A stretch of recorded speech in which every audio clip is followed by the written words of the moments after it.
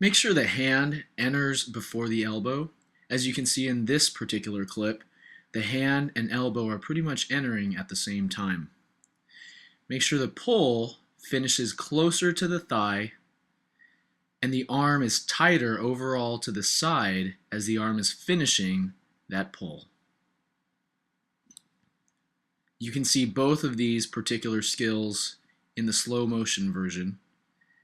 Hand and elbow should enter at separate times to maximize distance per stroke, as well as the arm following closer to the side.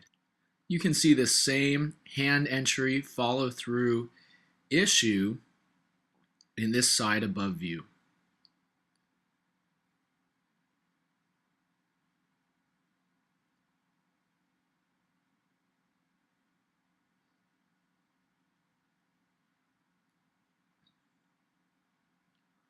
Ultimately, if you can correct these entry and follow through issues, you're going to maximize the distance per stroke that you get per cycle.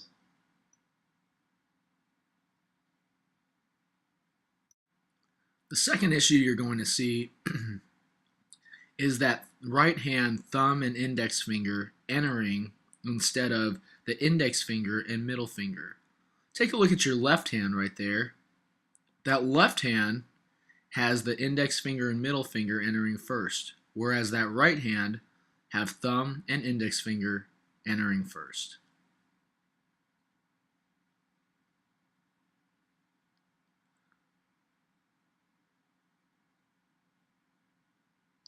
Ultimately, what this does, even though the recovery isn't really affected, it will affect what is happening underwater because of the change in pitch in the hand that must occur because they're entering differently, particularly from the side.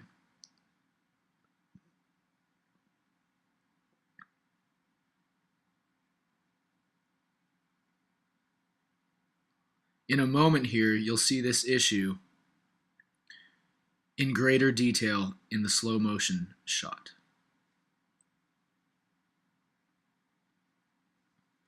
When that thumb and index finger enter first, it doesn't really disrupt the recovery, but because ultimately you want to pull with palm down, the hand will have to make an adjustment underwater, which will change the timing of your stroke.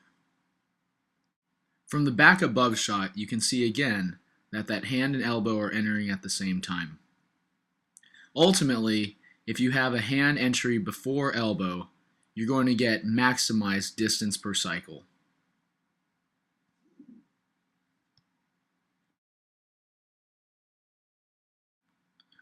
From the back, underwater, and side angle, we see that you do a very good job with your kick. Adding a little bit of ankle flexibility exercises will help that kick to be even more efficient. You do a really good job keeping your hips up, pointing those toes out while keeping those ankles relaxed.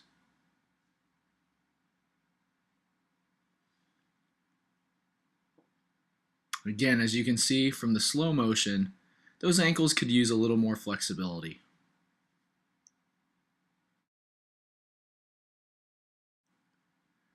This front above shot again summarizes the entry and extension issues that should be able to get solved from a simple correction in the way that you recover and enter the hand.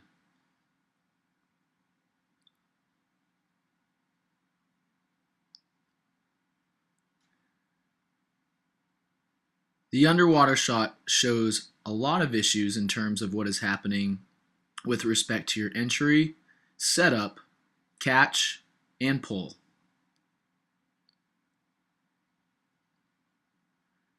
Make sure that you're reaching, keeping the elbow above the hand, closing the fingers,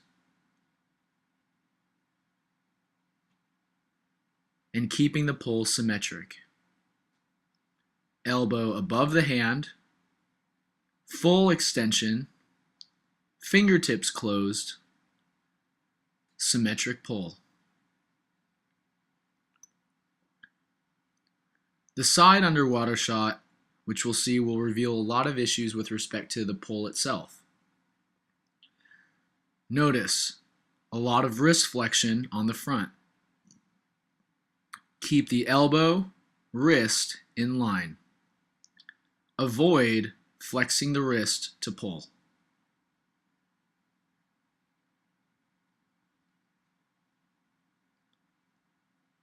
Notice how the elbow drops beneath the right hand in particular. Keep the elbow high. Keep the arm extending forward. Extend forward, elbow high, not allowing the hand to flutter in the water.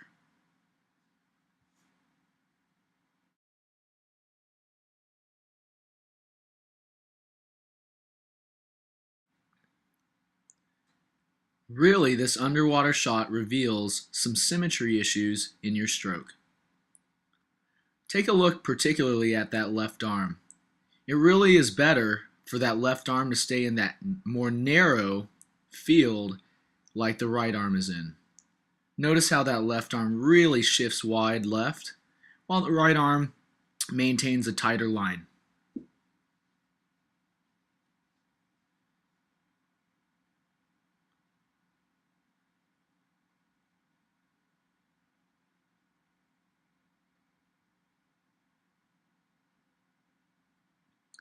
Again, in slow motion, you can see most of the issues that we talked about: hand entry, extension, fingertips, high elbows, symmetric pulling.